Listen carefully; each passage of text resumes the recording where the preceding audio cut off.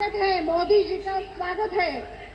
यानंतर श्रोते हो, यानंतर ज्यांच्या एका इशाऱ्यावर महाराष्ट्रात मोठमोठे राजकीय भूकंप घडतात, समृद्धी महामार्गाने मुंबईला देखील आपण जोडणार आहोत आणि यासोबत मोठ्या प्रमाणात राष्ट्रीय महामार्गांची कामं या ठिकाणी आपण सुरू केली आहे. मोदी जी को जय श्री राम.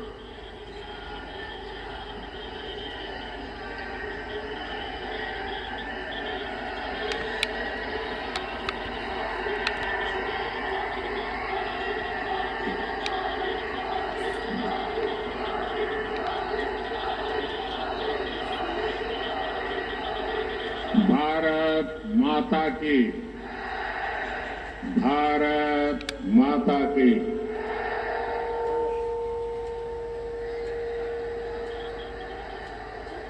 परभणीकरांना माझा राम राम. संत जनाबाईच्या या नगरीला आणि देवी प्रभावतीच्या नगरीला माझे कोटी कोटी वंदन.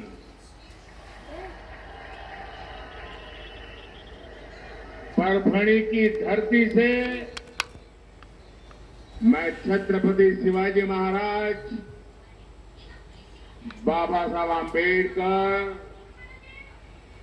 राजर्षि साहू जी महाराज के चरणों में प्रणाम करता हूं.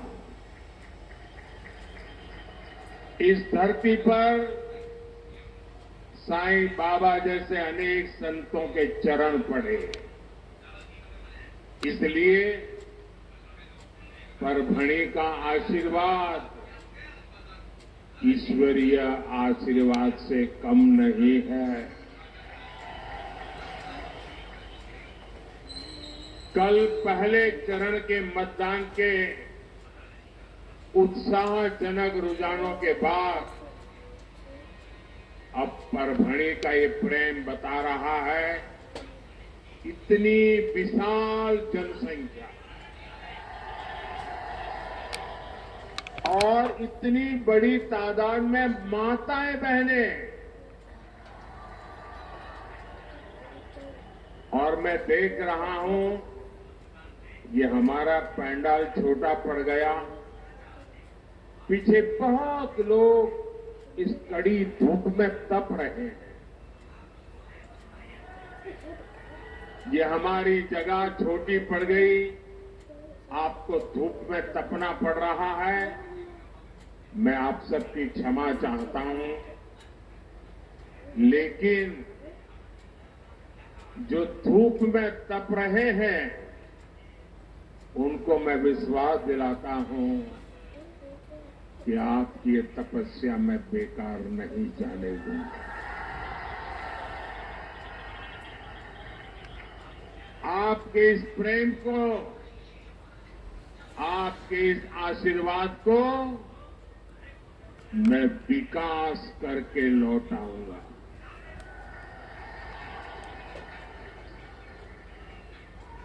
ये जो चारों तरफ एक ही स्वर गूंज रहा है, एक ही आवाज आ रही है, फिर एक बार, फिर एक बार, फिर एक बार. साथियों, 2024 का ये चुनाव केवल सरकार बनाने के लिए नहीं हो रहा. इस चुनाव का लक्ष्य है भारत को विकसित बनाना, भारत को आत्मनिर्भर बनाना. इसलिए 2024 के चुनाव के मुद्दे सामान्य मुद्दे नहीं. हर मुद्दा महत्वपूर्ण है, हर कदम महत्वपूर्ण है, हर संकल्प महत्वपूर्ण है.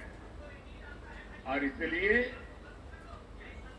ये पहला चुनाव है जिसमें भारत को दुनिया की तीसरी सबसे बड़ी अर्थव्यवस्था बनाने के लिए ये चुनाव है। ये चुनाव है जिसमें हमने पिछले सम में चंद्रयान की सफलता को देखा है। ये इस चुनाव के बाद 140 करोड़ देशवासी गगनयान की सफलता भी देखेंगे। ये पहला चुनाव है जब सेना के हथियारों से लेकर कोरोना की वैक्सीन तक लोग आत्मनिर्भर भारत की सफलता की हर कोने में चर्चा कर रहे हैं। सिर्फ 10 वर्ष में देश ने विकास की एक लंबी दूरी तय कर ली है।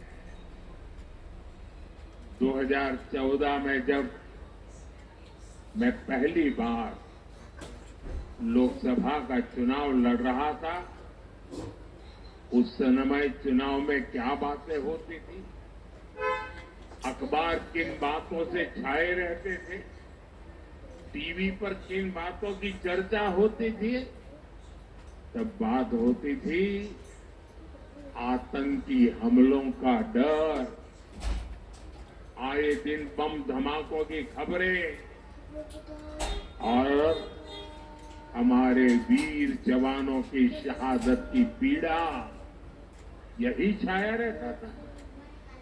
5 साल बाद, याद करिए साथियों, 5 साल बाद 2019 में चर्चा सीमा पार से होने वाले हमलों की बंद हो गई और चर्चा क्या होने लगी?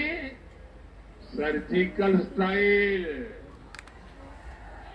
ये तो मोदी है, घर में घुस के मारता है। ये चर्चा होने लगी कि नहीं होने लगी?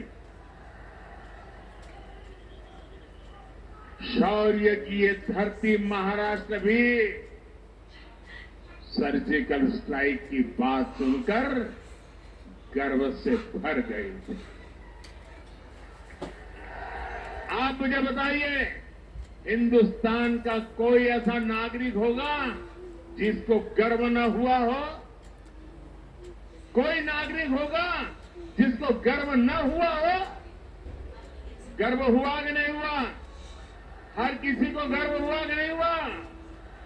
साथियों, एनडीए सरकार सबका साथ, सबका विकास के मंत्र पर काम करती है।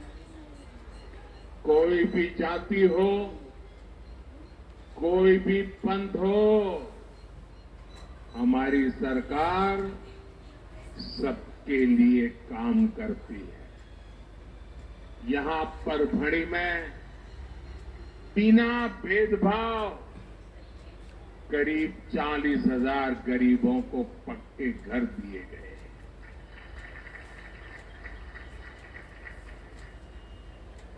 और मैं आपको एक काम बताता हूं, करोगे? पक्का करोगे? देखिए, ये जो जिनको घर मिले है कौन? या तो ओबीसी समाज के लोग हैं, या तो दलित समाज के लोग हैं, या तो आदिवासी समाज के लोग हैं। यही लोग थे, वो वंचित रह गए थे। और मैंने इतना सारा किया है, लेकिन अभी जब आप लोगों के घर जाएंगे, गांव में जाएंगे, और कहीं कोई इक्का दुक्का जिसको अभी घर मिलना बाकी हो, कोई इक्का दुक्का जिसको गैस का कनेक्शन मिलना बाकी हो, नल से जल मिलना बाकी हो, तो मेरी तरफ से उनको बता देना कि मोदी की गारंटी है, तीसरे टर्म में आपका काम भी हो जाएगा।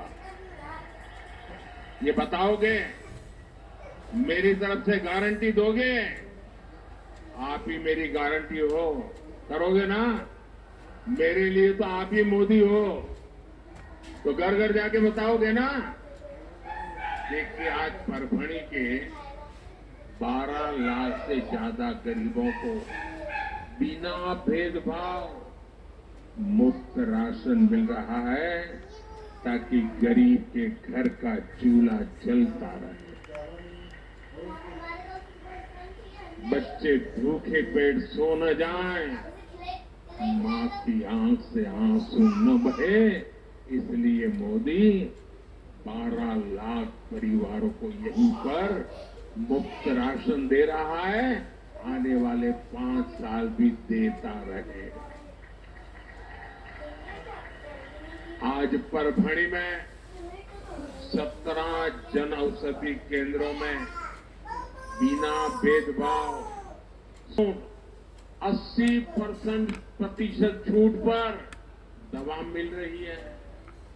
यहां बिना भेदभाव 1.25 लाख से ज्यादा महिलाओं को उज्ज्वला गैस कनेक्शन दिया गया है। परभणी में आज 75% से ज्यादा घरों में, साथियों, कांग्रेस और उसके दोस्तों को भारत की हर विरासत से चीड़ है। कांग्रेसी सरकारें तो आजादी के बाद भी सेनाओं में अंग्रेजी निशानों को ढो रही थी।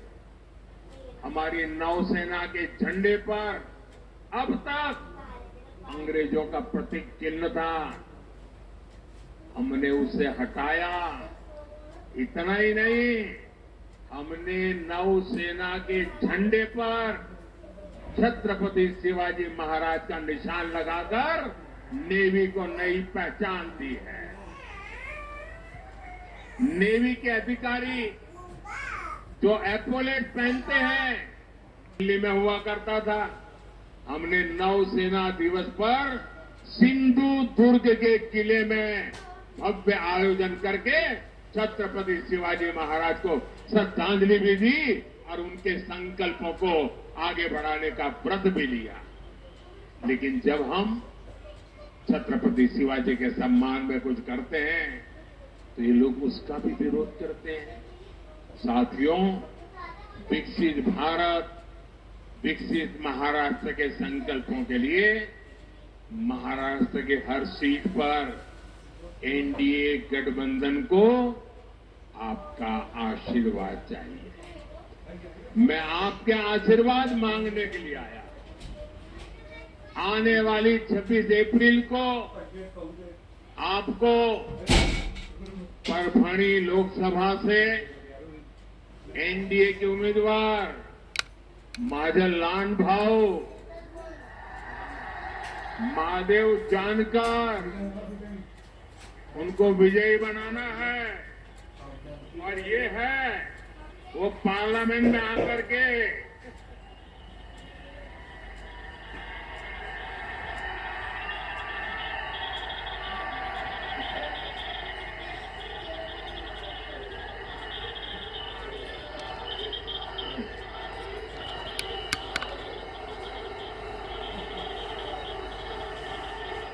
लेकिन इसके लिए आपको मेरा एक काम करना पड़ेगा।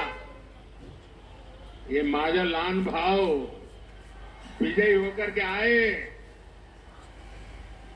इसके लिए आपको एक काम करना होगा। करेंगे? एक तो घर घर जाना है, जाएंगे, ज्यादा से ज्यादा मतदान कराएंगे, कितनी ही गर्मी क्यों न हो ज्यादा मतदान कराएंगे। पहले मतदान फिर जलपान, ये पक्का करेंगे। सुबह सुबह मतदान कराएंगे। दूसरा काम, हमें पोलिंग बूथ जीतना है। हर पोलिंग बूथ जीतेंगे, हर पोलिंग बूथ जीतेंगे। हर पोलिंग बूथ को जीतने के लिए अगड़े हो पिछड़े सबके दिल जीतने होते हैं। जीतोगे? पक्का जीतोगे? अच्छा, मेरा एक और काम करोगे? ये मेरा काम है, करोगे? मोदी का काम है, महादेव का नहीं है। करोगे? पक्का करोगे? अच्छा घर घर जाना और बताना कि अपने मोदी भाई परभणी आए थे और उन्होंने आपको प्रणाम भेजा है। मेरा प्रणाम पहुंचा देंगे और परिवार में मेरा प्रणाम पहुंचा देंगे। जब हर बुजुर्ग के पास मेरा प्रणाम पहुंचेगा ना, तो हर माता बहन बुजुर्ग मुझे आशीर्वाद देंगे और उनके आशीर्वाद ही मेरी ऊर्जा है। उनके आशीर्वाद मुझे देश के लिए दिन रात दौड़ने की ताकत देते हैं और इसलिए ये मेरा पर्सनल काम है। करेंगे ना? जरा हाथ ऊपर करके बताइए, करेंगे ना? मेरे प्रणाम पहुंचाएंगे ना? बहुत बहुत धन्यवाद मेरे साथ।